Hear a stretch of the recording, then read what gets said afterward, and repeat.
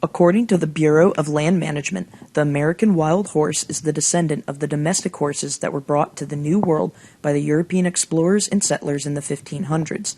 In the 500 years since their release into what is now the western United States, these wild horses have adapted to the western ranges.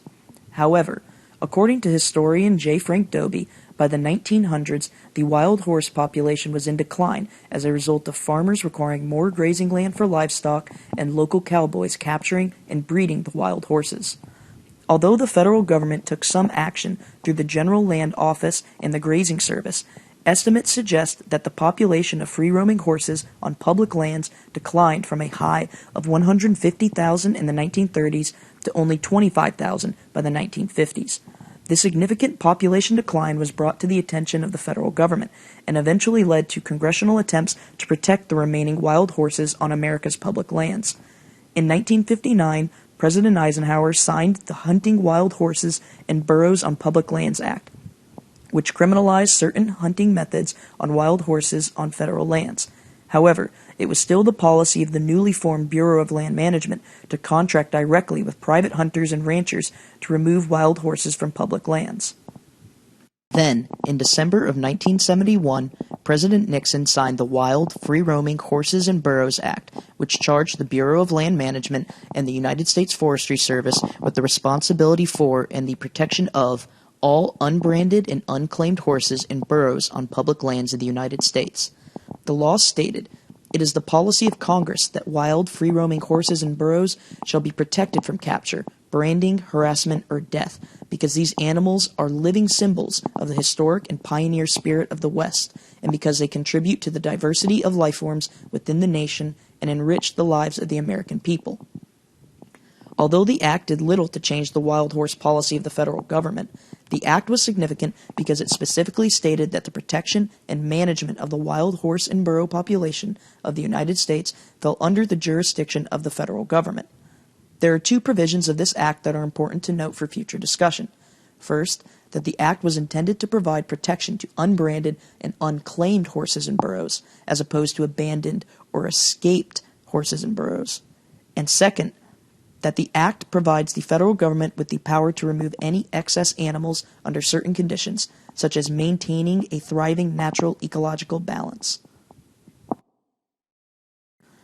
Although the Wild Free-Roaming Horses and Burros Act gave management responsibilities for wild horses and burros to the BLM and the USFS, certain states objected to this delegation of power because they believed that the management of such animals on public lands within a state fell under the jurisdiction of any applicable state laws.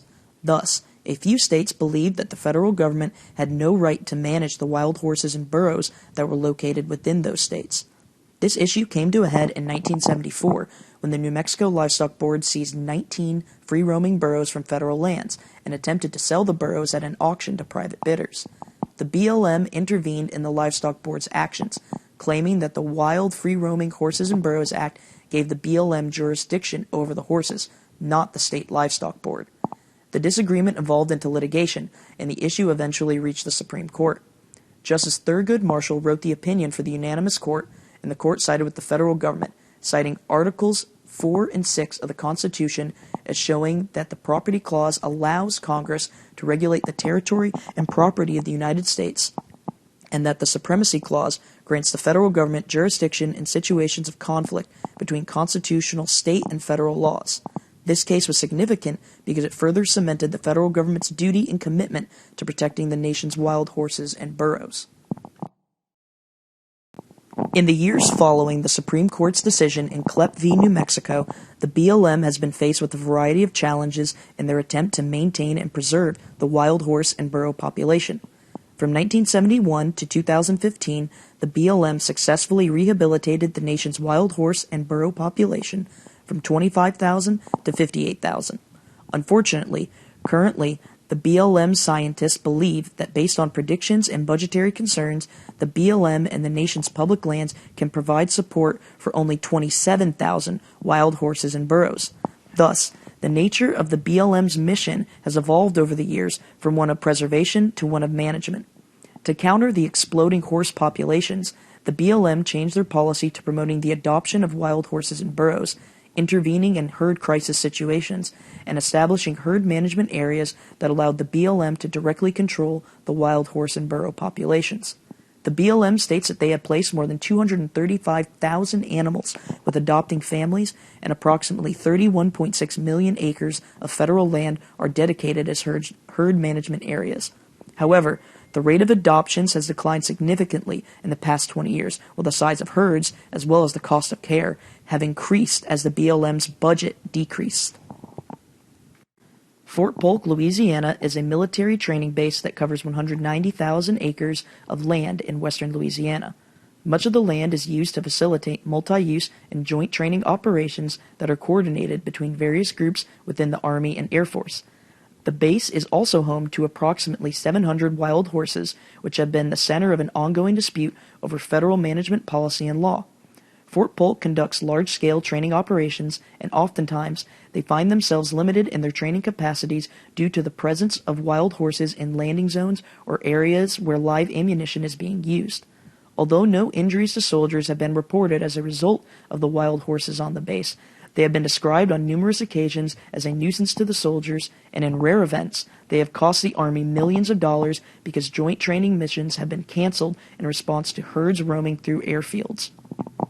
In the partial settlement agreement of a 2002 dispute between the Coalition of Louisiana Animal Advocates and the United States Army, a U.S. Court of Appeals declared that the wild horses located on Fort Polk were to be considered trespass horses as opposed to wild free-roaming horses, meaning that the horses did not require management by the BLM under the Wild Free-Roaming Horses and Burros Act.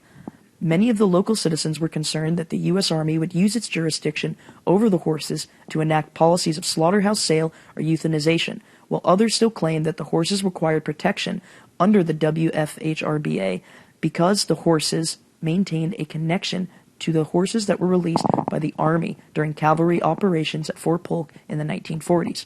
However, many of the stallions located on Fort Polk lands were found to be gelded or fitted with horseshoes, further supporting the court's decision that the horses were not wild but escaped or abandoned horses.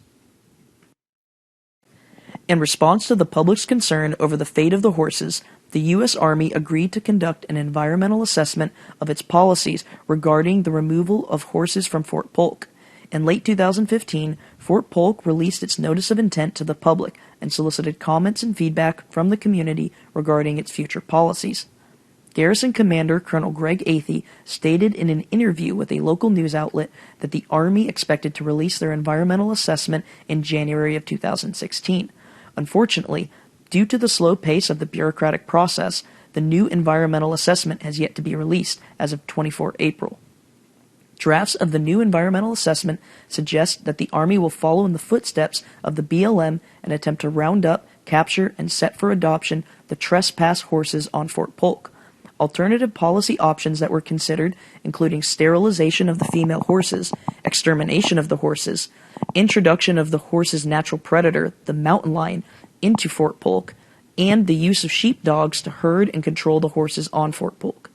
However, these policy alternatives were eventually abandoned, either because of excessive cost or because of the unsafe burden that these policies would place on the shoulders of the Army, its soldiers, and the horses. The primary mission of Fort Polk is to provide the Army with one of its only 3 large-scale training areas, and the safety of the Army soldiers and the effectiveness of those soldiers' training are paramount to Fort Polk completing their mission. Concurrently, the government is charged with protecting the wildlife located on public lands, as well as the land itself. Although it is unlikely to cause a major issue in the near future, the Army is pressed by the responsibility to their soldiers, the American people, and the American wildlife to find a policy solution to the prevalence of trespass horses on Fort Polk.